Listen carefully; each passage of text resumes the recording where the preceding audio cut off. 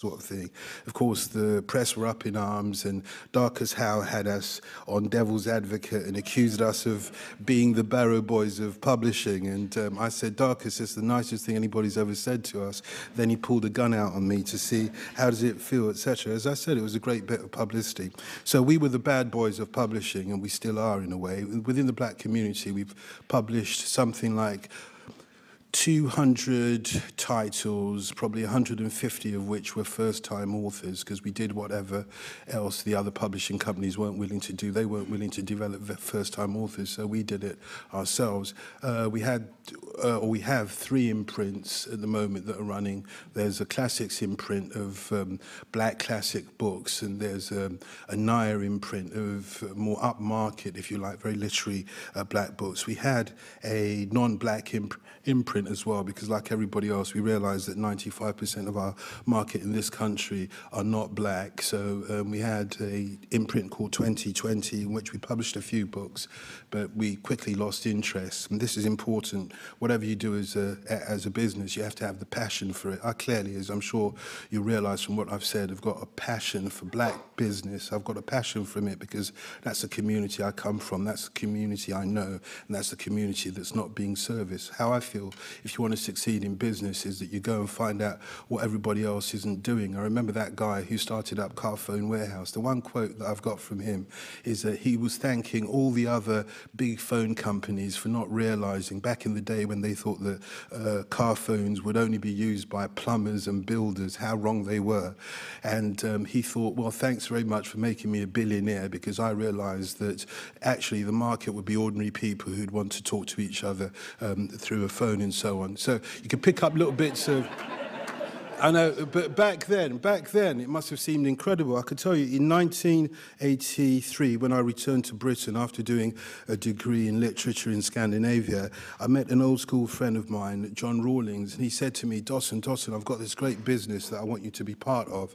And he said, you know, I want you to be selling these things called facsimile machines. Now, this was right at the beginning. I could not get my head around how the paper goes down the phone line. He kept saying to me, no. He kept saying, this is going to be the next big thing, trust me, and I couldn't see it. Of course, he became a millionaire. That was my first school friend to become a millionaire, and I kicked myself for a long time afterwards. I realized at that point, actually, if you don't understand it, it doesn't mean that it's not going to work. It's an important thing to learn all along the way. I mean, if you don't know about computers now, you're nowhere.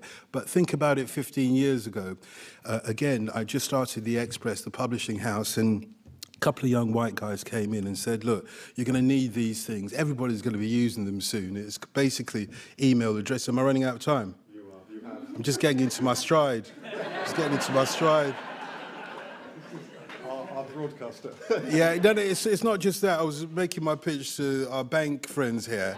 And do you know, it's really horrible when the bank manager cuts you off in the middle of your pitch. So I'll be very brief. About 15 years ago, the guy came in and said, you know, you're going to need these. You know, they're electronic message mailboxes, And for goodness, I looked at my business partner, Steve, and he looked at me and I was like, nah, electronic mailboxes. Of course, that became the email. And I was one of probably the first ones to see an email and have an opportunity to use an email, and I turned it down. So let me just tell you a few things very quickly. I'll sum up my, if you like, my few tips for business success. Definitely you've got to do your research. If you don't do your research, you're headed for a blind tunnel, you know, and a really big crash. This is an excellent place to do that research, by the way. Secondly, you've got to have a passion for what you're going to do. I mean, it's okay not to know about something, but you can learn about it. And I think eventually as you learn about it, you'll have a passion. You'll find out why other people are so passionate about it as well. You've got to be a bit of a gambler. If you're not willing to risk your home, then don't go into business. Everybody says, well, you're crazy risking your home. But as far as I'm concerned, that's just bricks and mortar, whereas your business can be so many other things. And I really mean that. I really mean that your business can inspire so many other people and bring in so many other people. Terry Martin, who's from Colour Telly doing the filming over there, I told her this morning she was the very first person that I I hired when we started Colour Telly, and I can tell you she's amazing. And I think if you give people the opportunity, they'll take it. And one famous American business philosopher said, he died last year, by the way, famous American business philosopher said, your greatest equity is in the people that you have working around you. And I think that's the truth. Thank you, Thank you very much. Thank you.